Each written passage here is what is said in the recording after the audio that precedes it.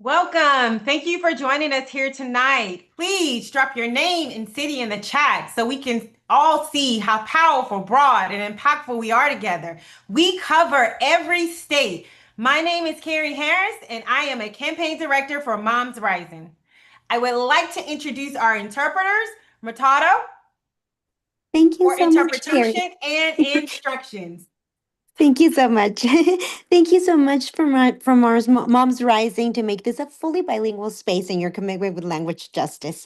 Muy buenas noches. Voy a dar una breve instrucciones de cómo acceder al servicio de interpretación. Esto quiere decir que toda la reunión la pueden escuchar en español. Es muy sencillo. 3 puntitos si están desde su teléfono o el símbolo de mundo si están desde su computadora. Y seleccionen interpretación español terminado y don. De nuevo, la reunión la pueden escuchar en vivo y en directo traducida al español si así lo prefieren. Thank you so much. And also, just a reminder, if there's going to be any participation from Spanish speakers, you can also choose English to hear everything simultaneously translated. I will be posting the instructions in the chat. Thank you so much for your inclusion and have a great meeting. Thank you, Matato. As we gather tonight, please use heart and celebration emojis along with the chat to show support and communicate. Let's bring all the love, all the energy, and encouragement we can. Due to the large number of RSVPs, this is a webinar style event. So we encourage everyone to use the chat and reactions. We also love your questions. So if you have a question, feel free to type it into the question function and we'll have a Q&A at the end. Today, we have several superstar guest speakers who are members of Congress talking about the threats to women's rights right now, and importantly, also covering the power, yes, the power women and moms have in coming together to address those threats. To start us off, we'll hear from Moms Rising Executive Director Kristen. Thank you so much, Carrie. Thank you so much to everybody who's on with us tonight. I want to welcome you all to our Women's History Month Community Zoom with Moms Rising. We're incredibly lucky to have powerful superstar champions with us tonight who are members of Congress. They're joining us to talk about the threats to women's rights right now and the power that moms and women and families have in coming together to address those threats. And this is a big day to come together. Today is Equal Pay Day, which I call Unequal Pay Day. It's a day to activate, not celebrate, because today is the day in 2026 that women on average across all races and ethnicities have to work in order to earn what men earned in 2025 alone. That means women are working an average of 15 months to earn what men earned in 12 months. Let's have some sadness emojis, you all. Let's have some outraged moments, you all. This is not okay. The wage gaps are even bigger for women of color, for moms, and for moms of color. For instance, Black moms are paid just 56 cents to a white dad's dollar, and Latina moms just 51 cents. Not okay. Boo! No way. And to make matters worse, under the Trump administration and Republican leadership in Congress, the wage gaps are getting even wider. And instead of working to fix those wage gaps, Republican leaders in Congress are doing something terrible. They're working to take away the ability of women who changed their names when they got married to vote, which would impact millions and millions of moms and married women. That's right. I'm going to say it again. Republican leaders and Trump are working to take away our right to vote through pushing the so-called SAVE Act instead of working to close the wage gaps and address our nation's affordability crisis by passing the policies that are proven through mountains of research to both narrow the wage gap, address the affordability crisis, and boost the economy. Those policies that are good include childcare, paid family medical leave when a new baby arrives or a serious health crisis strikes, elder and disability care, and health care. So we're going to talk about all of that tonight with champions who are working for me, you, and us, and for our economy, and to stop the affordability crisis and to make sure we have the right to vote. And we're going to talk about how to activate, how to mobilize, and we're going to hear the inside scoop about what's really happening in Congress, and we're so thankful. To start us off, we've heard you loud and clear. You like to hear about actions that you can take in the beginning, middle, and end of our community Zooms. So we're going to be putting 6 actions into the chat box tonight. We're going to put them in over and over again through our meeting tonight. They're in there right now. I won't take time to go through them all. We'll talk about them at the end. But feel free to take action now in all the ways that we're sharing. So, without further ado, I want to invite you to give a giant round of applause. A giant, lots of heart emojis. Let's give lots of heart emojis. Giant, giant, giant, giant, giant welcome to our fabulous first speaker. And I am going into this. We have, sorry, I'm switching my Zoom link here for a second. We have our first speaker as a superstar, Congresswoman Dingell. She is absolutely amazing. Debbie Dingell, U.S. Representative Debbie Dingell, is a champion for families, for the economy, for businesses, and for building a care infrastructure. She's a true powerhouse from Michigan and for our entire nation. She authored the Better Care, Better Jobs Act with Senator Casey to strengthen and expand access to the long-term care system while also supporting the direct care workforce. She's also the co-author of the Medicare for All, and that would finally guarantee health care for all Americans. In short, she's a highly recognized national advocate for women, for moms, for children, for families, for all of us. We're so honored to have her with us today. Welcome, Congresswoman Debbie Dingell. Well, Kristen, that is a wonderful, energetic introduction, and thank you for that, and just thanks for pulling us all together tonight. And it's really an honor to be here with my other 2 colleagues, who, by the way, we just got off another Zoom to join this Zoom, working for women, just so you know it. And as Melanie just sneezed, I've been sneezing all day too. So we're allergic to some of the things that have been happening in Washington. But I want to thank you, Kristen, for bringing us all together for Women's History Month, and to commend you and all the women on here that what has started out as a handful of women has grown into a 1 million member network of change makers. You have done such incredible work. And what's really great is to remember the power of all of us together. When women united make their voices heard, we can and will make a difference. And, you know, Women's History Month is a very special time. It's about honoring the women who came before us, the ones who organized, marched, and refused to accept a world that told them to wait their turn. And I'm also very blessed that some of the women that actually opened the doors for us were the Rosies, the Riveters in the 40s. And I'm blessed to come from where a lot of them are. So last weekend, I was with 4 original Rosies who are 100, 102, and they tell their stories, and they opened the doors wider for us. And they refused to accept a world that told them that they couldn't do it or they had to wait their turn. So we got to be honest about where we are today. The women who opened the doors wider put their arm out and helped lifted us up, but recognizing that all of a sudden people are really threatening us and we're in danger, not in danger. The reality is we are going backwards. We're living in a moment where many of our hard-won rights are not just up for debate, they're being rolled back. So across the country, you've seen the attacks on reproductive freedom, on women's health care, period, the Affordable Care Act. Women, again, are the people that take care of everybody. Too many people can't afford to go to the doctor, are making a decision about whether to put food on the table, whether they can afford prescriptions. Moms are having to pay $400, $500, $600 for inhalers. We've really got to talk about the strains it's putting on family budgets, the lack of not only affordable childcare, but many women are in that sandwich generation. They can't go back into the workplace because they can't find affordable childcare, but they're also taking care of parents, or quite frankly, they're women taking care of their spouses. And let's be honest, caregiving falls on the women again. And unfortunately, as you talked about, we still have the ongoing fight for equal pay for equal work. Too many women are being forced to make impossible choices between their health, their financial stability, and caring for the people that they love. But here's what I know to all of you tonight. Women have never been passive participants in shaping this country.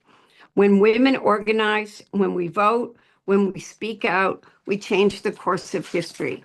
And by the way, I want to say something else. As we celebrate the 250th anniversary of this country, I'll be damned if I'm going to let the White House own it. We need to tell the story of the women that stood behind the men in the 1700s and made a difference for all of us and started opening doors then. Progress has always come because women demanded it. And in this moment, that collective power matters more than ever. So the path forward isn't just about pushing back against what's being taken away. It's about being positive. It's about building a stronger future with an economy that works for all women, a healthcare system that treats care as a right, and a future where no woman feels unseen or unheard. That's what this work is about. I want to thank you all again for being part of this fight.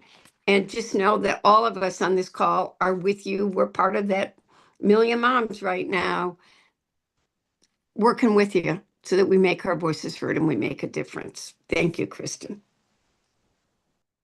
Thank you so much, Representative Dingle. Let's give her some hearts. Let's see how many hearts we can give her. Let's give her some applause. You all, it is not easy to be fighting for us, for affordability, for healthcare, for our families in Congress. And she is just doing a spectacular job. Just absolutely spectacular. Speaking of spectacular, we have our next guest who has joined us, who is another superstar. We are so lucky, you all. We have Congresswoman Latifah Simon, and I'm going to turn it to Carrie to introduce Congresswoman Simon. To you, Carrie. Thank you. Congresswoman Simon has over 3 decades of experience in powerful organizing, advocacy, and philanthropy. Now leading in Congress, Representative Simon is focused on addressing the housing affordability crisis, tackling the mental health and homelessness epidemic, lowering everyday costs for working families from groceries to prescription drugs, building climate resilience, protecting women's rights, and standing up for immigrant communities and more. You all give all the hearts, all the emojis to Congressman Simon. I'm so happy to be on this call. Happy is not even the word, it's more blessed. Just a couple of minutes ago, it took me a minute to leave my 15-year-old daughter. She's working on one of those projects, with the paste and the scissors that we couldn't find. Listen, I'm one of the only single mothers with a school-age child in the House of Representatives. Let me just back up. I'm the only Democratic woman in the House right now who has a school-age child who is a single parent. I'm not just a single parent. Like some of you on this call, I'm a widow. I'm an only parent. And damn it, we actually deserve to be in decision-making positions at every dais, from your local water board, your transportation board, to the House of Congress. The decisions that we make, not just that we are women, but by the ways in which we have moved through our small towns, our large cities. Look, I want to be very clear. I was 19 years old when I was looking for childcare for my first daughter. I was leading a young women's organization, and I was on daycare rolls for for literally months and months and months while trying to go to school and do organizing and community. 29 years later, I get to take those experiences and vote every single day based on the fact that I know what it's like when you're on a Section 8 housing list and that list is 10 years long, or when daycare is 2 times the amount that you make. Listen, mothers in this moment, we have not only a care story, we have a collective triumphant vision of what we know this country needs. We know how bad things are. And for many of us, and I want to be very clear, under Democratic and Republican rule, mothers and women and trans folks and disabled folks and our elders have not been centered in our policy, maybe in talk, but there's a new day. And the folks around this country, those who vote red and those who vote blue, we see what it's like when we have a tyrant in office that wants to throw our folks off of a cliff. And I got to tell you, now that there are more women in the United States Congress than ever, expect more from us and expect all of us on this call, including folks who never thought about running for elected office, think about putting your putting it all on the ground, putting it all on the ground and thinking about your own leadership and what you can do and how you can change the community that you're in. Because you know what? We need you. Nobody is coming to save us. The policies that will be written to decrease childcare costs, to ensure that we as women, as mothers in the sandwich generation, that we live the last few years that we have in our elder years with dignity, they will be written by us. Those policies will be written by us. We will be the ones organizing in the next 3 years to save this country and, frankly, this world. If you look at what's happening on the floor in the United States Congress, the folks who have led the conversations about having an anti-war vision, having an affordability vision, thinking about our disabled sisters and brothers, many ourselves, it's us. It's us. And I am so, so humbled to be representing not only the folks in California's 12th district, that's Oakland, that's Berkeley, that's right in the Bay Area. I think every single time we walk up those stairs, we carry us all with us. Everybody on this call and the millions of other folks who are carrying babies on their hips to work because the childcare is closed. I'm just, again, so thankful and know that, again, being a single mother with my baby here in DC, being a disabled woman, um, I will say it again. Your role is behind the dais. Don't let anyone tell you, because things are difficult, that leadership is not your destiny. We are going to be the ones to turn this thing around. I appreciate you all so much. Thank you. Oh, go ahead, Carrie. No, you go ahead. I just want to say thank you too. Thank you, Congresswoman Simon. That was amazing. And you are absolutely right. Nobody is coming to save us but us. Kristen, to you. Thank you, thank you, thank you. I agree. So unsurprisingly, we are a powerful, leaderful movement together. We had over 1,300 people sign up to be here tonight, you all. And we know that after we air this, tens of thousands of more are going to view it. And we know that our movement is 1.2 million active members strong, and we have over 3 million on our list. So we are growing, we are powerful, and you are exactly right, Representative Simon. And talking about powerful, talk about growing, talking about spectacular leaders, we have next up Representative Nikki Budzinski. Congresswoman Nikki Budzinski is a champion for working families, a proud Illinois representative. She knows that our communities thrive when the middle class is strong. She also knows that for too long, working hard and playing by the rules hasn't paid off like it should. She believes that families deserve better, and she spent her entire career fighting to help restore the American dream. Yes, please. Thank you. We have another superhero joining us. Welcome, Congresswoman Nikki Budzinski. Thank you, Kristen. Thank you so much. I really appreciate this opportunity to say hello to Moms Rising. Thank you for having me. It's great to be with my colleagues. I know Debbie and Latifa and Melanie's on as well, so it's great to be with such fabulous women.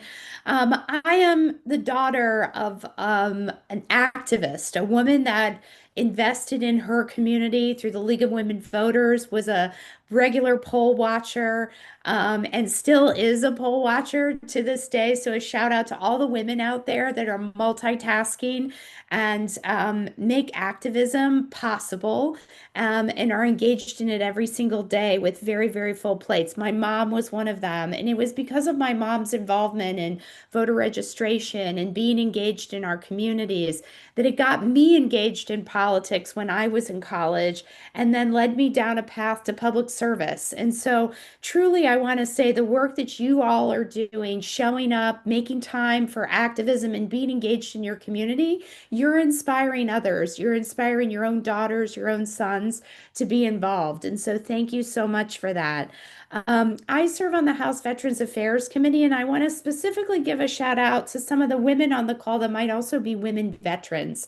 Women are actually the fastest growing population within our veterans community. And it will not surprise you that we do not do enough research. We do not provide enough gender specific care for our women veterans. And that's something that I've really been fighting for and championing. This administration, very sadly, as I've worked with other colleagues to try to advance more research as it relates to women's health challenges, because we know that women that face active duty actually have higher rates of breast cancer. They have higher rates of ovarian cancer. But we have not done the investment in the research to better understand why these challenges so uniquely affect women. This Trump administration, if you haven't heard this, when it comes to federal grant dollars, they have ruled out research projects that use trigger words. And trigger words for the Trump administration are things like female, women, equity. These are things that just out of the box will get your grant application taken out of submission. And that is something that we cannot afford. And so we are working on the House Veterans Affairs Committee to continue to invest in our women veterans, fight back against this administration, rolling some of those really critical investments back. And so I do want to say a huge thank you to some of the women that might be veterans on this call for your service. So thank you so much. And we'll continue as House Democrats to fight for you. I also just want to say what's at stake in this upcoming November election. All of us as members, if you attend the State of the Union, you get to bring a guest. I brought a mom from my district, Laura Petty, who cleans homes. Her husband is a carpenter. I think they have a very typical middle class story, or a story that could be told many times over in my district, where they were using tax credits. They were working every day. She was working hard to provide for her three kids. Those ACA tax credits are what enabled her family to maintain their ACA marketplace coverage. And because Republicans failed to extend the ACA tax credits, even though the House Democrats have been pushing and pushing for an extension, Laura and her family are very likely to now be going without health insurance. And this is a challenge. This is a really a tragedy that so many families, in particular our women, are facing these difficult choices for their families because of the high prices of health care. Laura and her family saw their ACA premiums move from $300 a month to $900 a month. And that just breaks the bank, and it makes healthcare unaffordable. In the richest country in the world, this should not be the story that we're telling. And so there's so much at stake in this upcoming election. I just want to say a thank you to everybody for being on tonight, to give me a chance to say hello, representing a district in central and southern Illinois, and to be with my colleagues, and just say thank you so much for all that you do, Kristen. I appreciate the opportunity, and happy Women's History Month.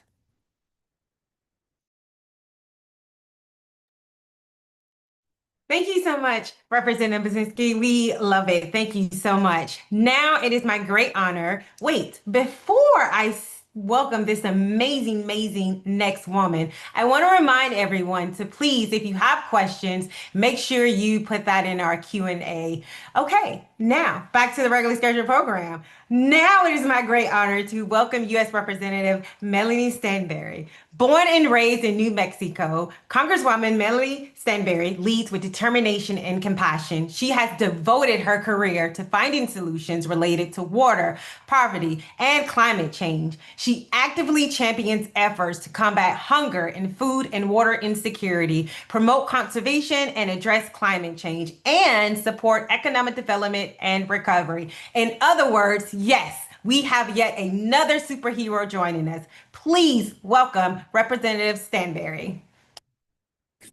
All right. Well, good evening, everyone, and happy Women's History Month. I'm very excited to be here with all of you. And I want to just take a moment to say thank you to all the other members who are on, all of the moms, all of the women organizers, And I think the thing that I am celebrating most in this moment is women's leadership and what that looks like, not just in places of power, but in the everyday spaces that women are leading. They are telling their stories, they're empowering themselves with information, and they're organizing in their communities. And that's all of you guys. And here in Congress, we're organizing ourselves. I want to just share some statistics with you guys, which is we have 96 women in the Democratic Party in the House. This is the largest number of women ever to serve in the history of the United States in the House. And we just got off a call for our political side of the House. And our plan is to not only flip the House and win back the House in the midterm elections, but to do it with women, to elect 100 women at least to the Congress and to break all of the records. And I think it's extraordinary when you think about like the long history of women's history, women's power, women's participation in democracy. As Debbie said, don't forget the women who were standing there and part of the movement to found this country as part of the civil rights movement. All of that is a part of our history. But in terms of the long history of the United States, if you think about it, women didn't even have the legal right to vote in this country until a little over 100 years ago. Before my granny was even born, she didn't have the right to vote. And here we are 3 generations later, and we have the largest class of women ever serving in Congress. It's an extraordinary when you think about it on kind of this scale.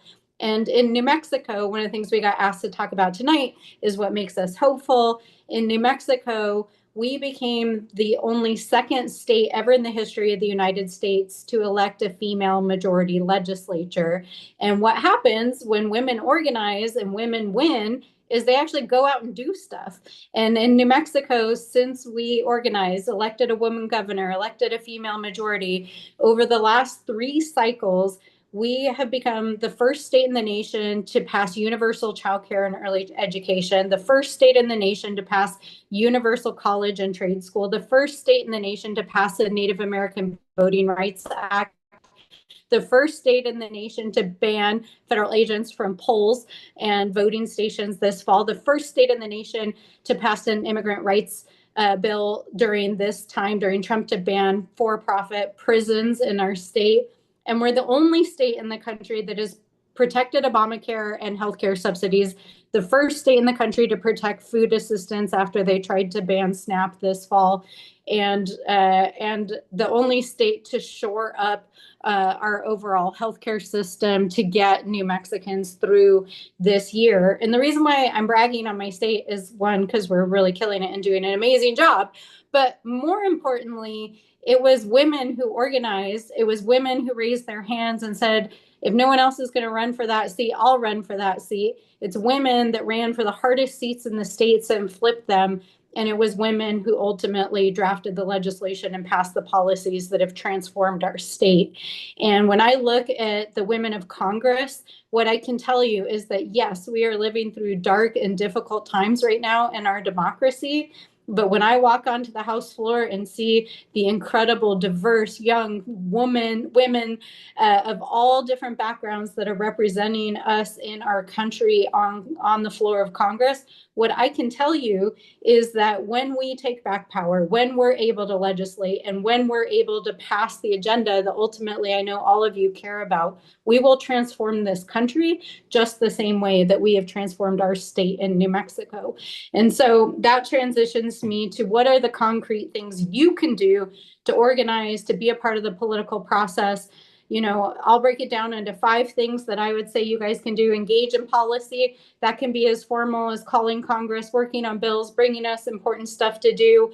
It could be educating yourself, understanding what's happening, forming kind of book clubs and magazine clubs with your friends, and using your social media platform to educate others about what is going on in politics.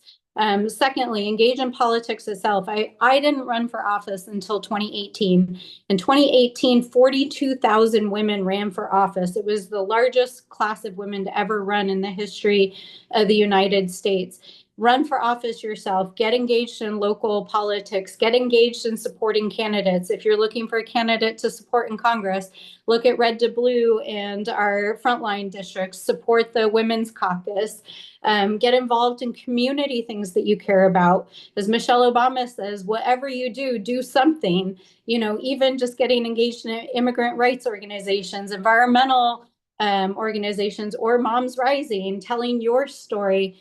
And like I said, run for office yourself. There is, as Rep. Simon said, nobody coming to save us but ourselves. And I think that one of the realizations that I came to in 2018 was that if that guy could run for office, that guy being any generic guy who was sitting in office, I could run for office. And that's what our country needs. That's what our democracy needs.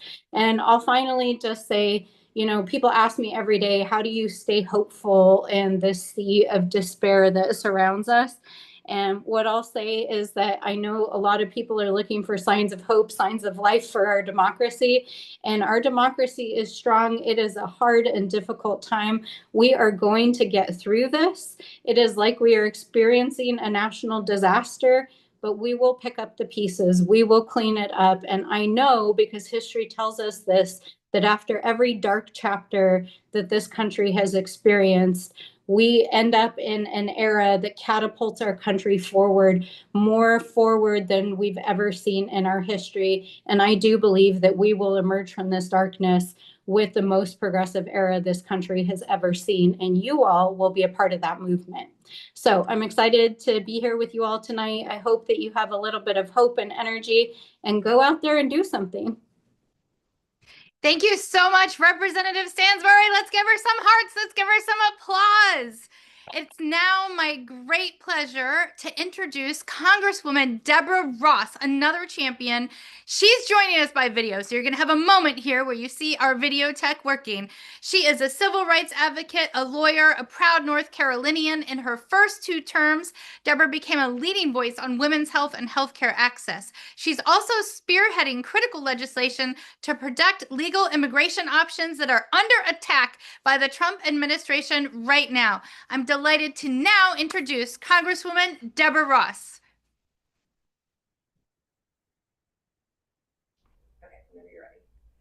Hello, Moms Rising.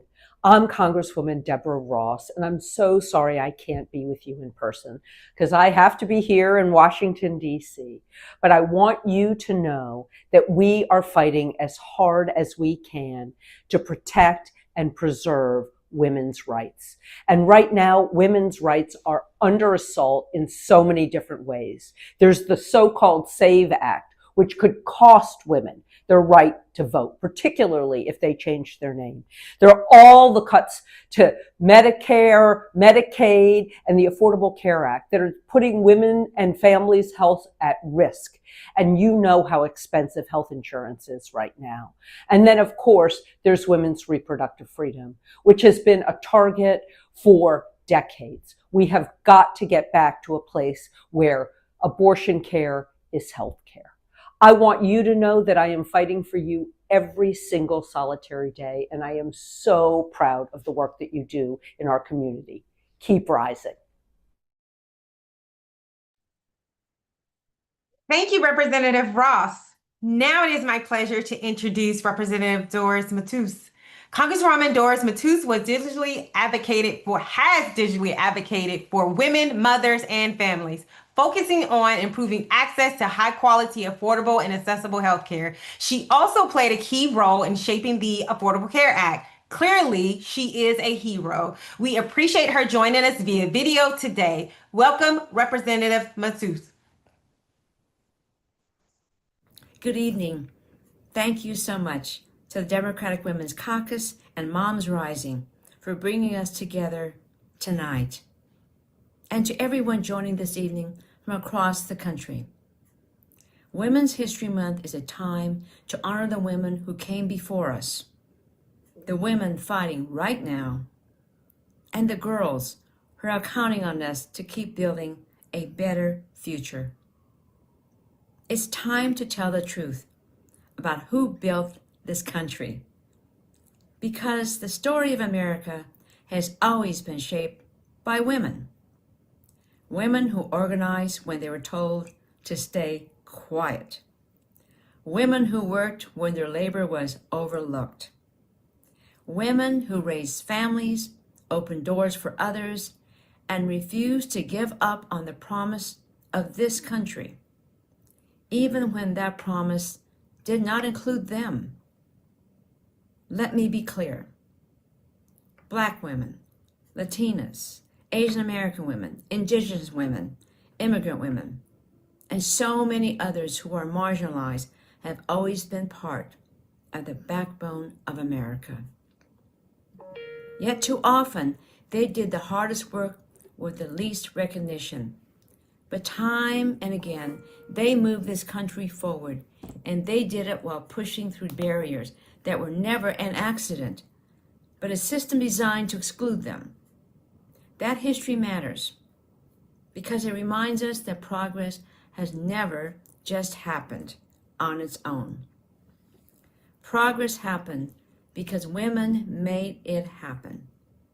And that truth feels especially important right now because at this moment, women's rights are being stripped away. Across the country, we're seeing attacks on reproductive freedom. We're seeing access to health care roll back. Voting rights and civil rights are being undermined. Books are being banned. History erased. And the voices of women are being pushed aside. Too many leaders are treating women's equality as optional right now. So let me say this clearly. Women's rights are not a side issue. They are not a special interest. Women's rights are about freedom, opportunity, and power. They're about whether women can make their own health decisions, whether we earn a fair wage, whether we live free from violence and discrimination, whether we see ourselves represented in leadership. That is not separate from the story of America. This is the story of America. And when those rights are under attack, women know what to do. We organize, we vote, we support one another. That has always been the power of women coming together. And that collective power matters now more than ever, because no one woman can carry this fight alone. But together, we are one of the strongest voices for justice this country has ever known. Together, we can defend reproductive freedom. Together, we can fight for affordable health care, paid leave, child care, and equal pay. That's why gatherings like this matter, because they remind us that there is no challenge too great for us to meet. So tonight, as we celebrate Women's History Month, let's do more than reflect on the past. Let's recommit ourselves to the work ahead. Let's honor the women who came before us. Let's inspire the young girls watching us. Let's protect one another by staying in the fight. Thank you for being part of this movement. Thank you for using your voice. And thank you for believing, as I do, that when women stand together, there's nothing we can't do. Thank you. Amazing. Thank you so much for the amazing speakers, community engagement, and actions. Thank you, Representative Masu. That was a powerful, powerful, powerful presentation. Now we're going to go to the Q&A from written questions that people have submitted. Are we ready, Kristen? Yes, she said we're ready. Yes, she's shaking. She's doing it. Yes. Okay. All right. First question I got. Sometimes it seems like calling your member of Congress doesn't make sense. Does it matter when we call our members of Congress about a bill? Representative Stanberry, can you please answer this question? The answer is yes. It matters very, very, very much. I think the way that I get information about what my constituents are thinking about is when they communicate it to me. They call me, they text me, they send emails, they send snail mail, they send a carrier pigeon, they drop by my office. And all of that on a weekly basis gets racked up and put in reports for me. I see the firsthand correspondence. If you write me a handwritten letter, I will read it.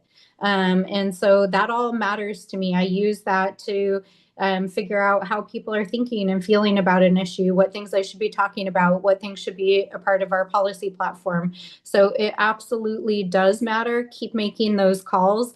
And it tends to matter most when you call your own congressperson. And so you can call into other districts, but we do ask for people's or their area codes and zip codes just to know where they're calling from. So organize, if you know of a congressperson in another district that's not being responsive to their constituents, maybe something you can do is ask your friends or family member who live in that district to call their member of Congress. So those are some of the things that are very helpful. Amazing. Thank you for that great advice. I have one more question for you. Is it helpful to share our stories about things like childcare and healthcare access issues? Oh, for sure, definitely. Sharing stories. I mean, in particular, what I would say is when I do events back home in New Mexico, when people join us to share their stories, whether it's at a press conference or a roundtable or a hearing, usually that's what the press writes about. They're not, believe it or not, they don't really care what boring Congress people have to say about an issue. They want to hear about the personal stories of people who live in a community. And so your stories matter. Every single person has a story. And I also think sharing your stories on social media is really powerful because, especially in this moment, so many people are struggling and suffering and feeling alone. And when you share your story, you also are telling other people who feel that way that they're not alone. Amazing. Thank you so much. Kristen, would you like to expand on sharing our stories and what a difference it does make? Because here at Moms Rising, we do share a lot of stories. So would you like to expand on that? Oh, sure. I love the power of sharing stories. You all, apologies. I have the sunlight going down in my house right now, and these strangest shadows keep appearing across my face. So sorry for the distraction. Sharing our stories does three powerful things, and they're really important. One, it lets leaders inside the state and federal legislature know what's really going on with their constituents. Just as you just heard from Representative Stansbury, it is a giant give a clue project to many members of Congress, not who are on this Zoom, but for many members of Congress, particularly Republican leadership, who are out of touch with what's really going on. So many of those Republican leaders have never had to experience an absence of affordable childcare, a lack of access to health care, unaffordable costs, all of the things that many moms and families are facing every day. So when we share our story about what's happening, often we see a light bulb go off with those members of Congress who haven't experienced it yet. Then, next, number two, sharing our stories is a give a clue project to the media. The narrative, it does not yet reflect and respect what's happening with moms and families to the extent that it should. So sharing our stories gives media writers, media producers, a new glimpse of what they should and could cover. And it really works.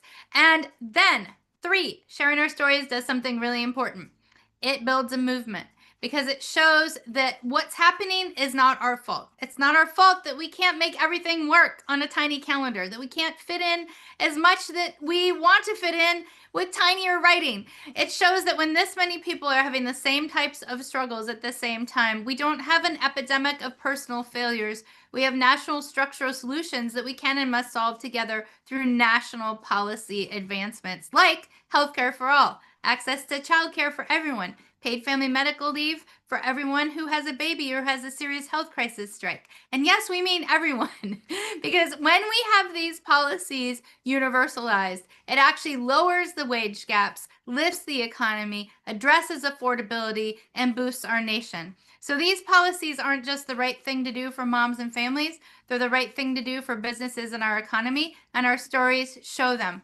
Aren't you glad you asked? I have a long list of why stories are helpful. Thank you, Carrie, for asking that question. But I love it, and we need to know this. We need to know how powerful stories are. So I'm glad you did give us those three things to let us know, and also from Representative Stansberry, like she said, it y'all heard it, y'all hear it. Stories are impactful, stories are needed, and stories are wanted. So now here comes my one day I'm going to have like stars like gushing down, like shh, for the shimmer, for my glimmers of hope for the speakers. My favorite part, Representative Stansberry.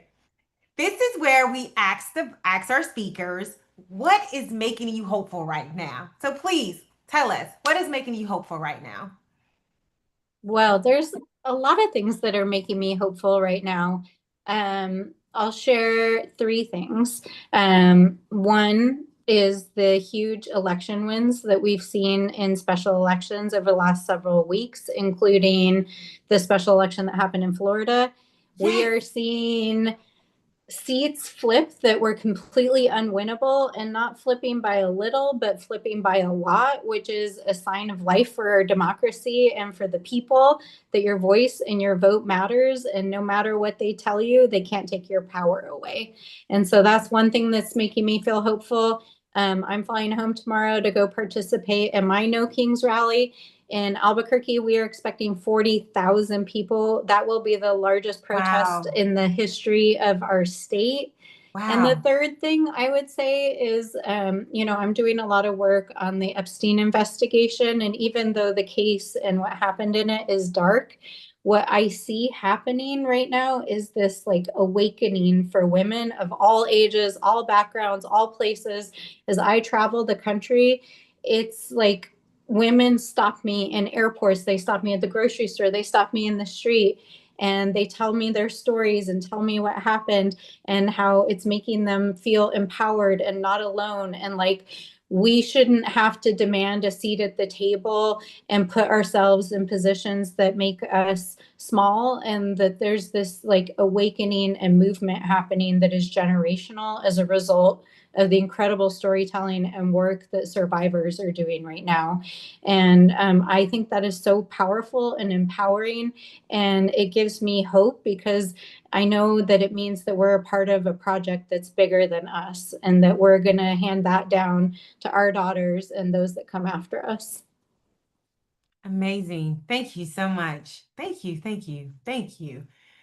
Yes. Kristen, I know it's just for our panelists, but I have to always ask this question to you as well. What is making you hopeful right now? I am hopeful that moms, dads, parents, and people are rising across the country. We're going to share more about our actions in a moment. We have a way for people to find out where their local No Kings marches are on Saturday. We hope everybody signs up because everybody is signing up. And that is such a moment of hope.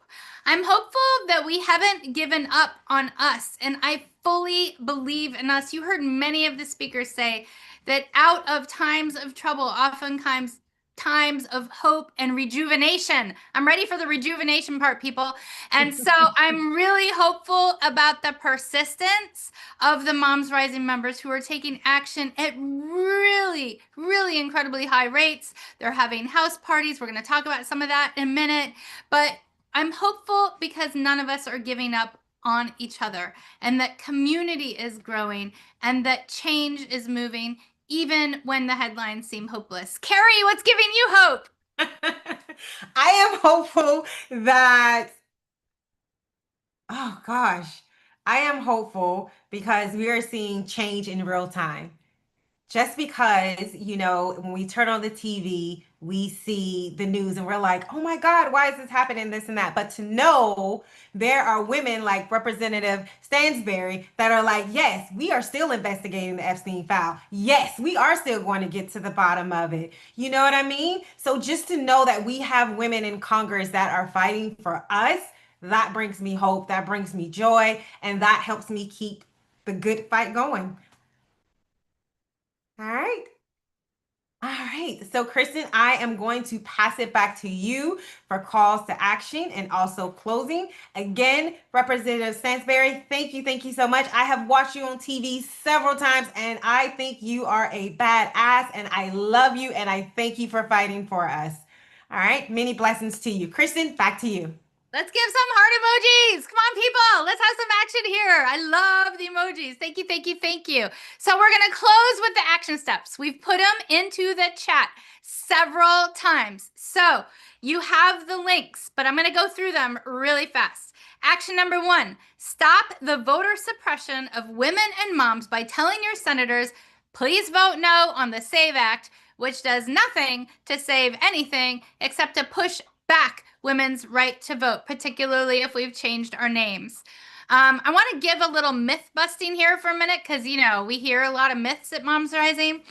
In more than 30 states who have real ID for their driver's license, those are not acceptable for voting under the SAVE Act. They don't meet the legal requirements. So this is really a big voter disenfranchisement bill. Can't say the word. Hello, it has too many syllables.